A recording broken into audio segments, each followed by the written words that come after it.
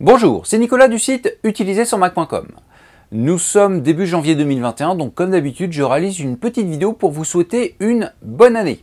Alors évidemment, l'année précédente a été surprenante, vous pouvez rajouter d'autres termes, cela fonctionne aussi.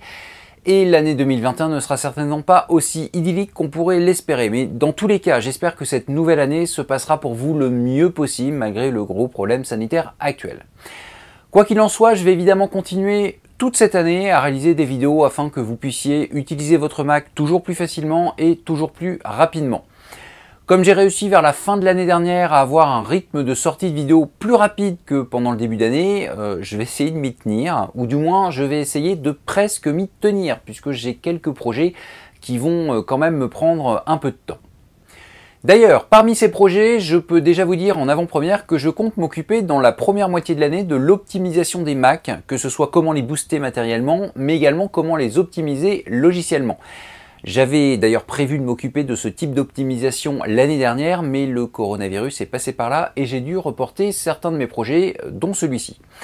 Mais donc, je ne vous promets pas une vidéo par semaine, par contre je vais essayer dans la mesure du possible de continuer à en réaliser au moins 2 ou 3 par mois.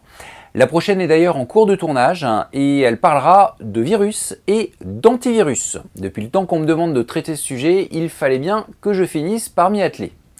D'ailleurs, pour être tenu au courant des sorties de mes vidéos, n'oubliez pas de vous abonner à la newsletter de mon site si vous ne l'avez pas déjà fait.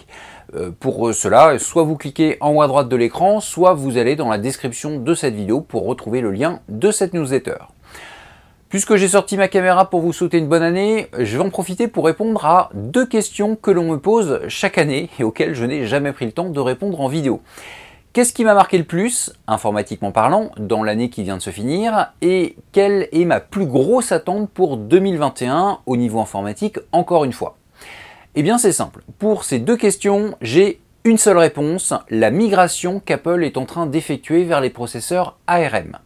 En 2020, les MacBook Pro 13 pouces, les MacBook Air et les Mac Mini sont passés au fameux processeur M1, et en 2021, il devrait y avoir au moins les MacBook Pro à grand écran et les iMac qui passeront à leur tour sur Apple Silicon. Je trouve cette transition vers l'architecture ARM très intéressante et il n'y a pas besoin d'être devin pour comprendre que cela va rabattre pas mal de cartes en informatique. Et je ne parle pas que chez Apple. Bref, j'attends la suite et fin de cette transition avec beaucoup d'impatience. Voilà ma réponse pour ce qui m'a marqué en 2020 et ce que j'attends le plus en 2021.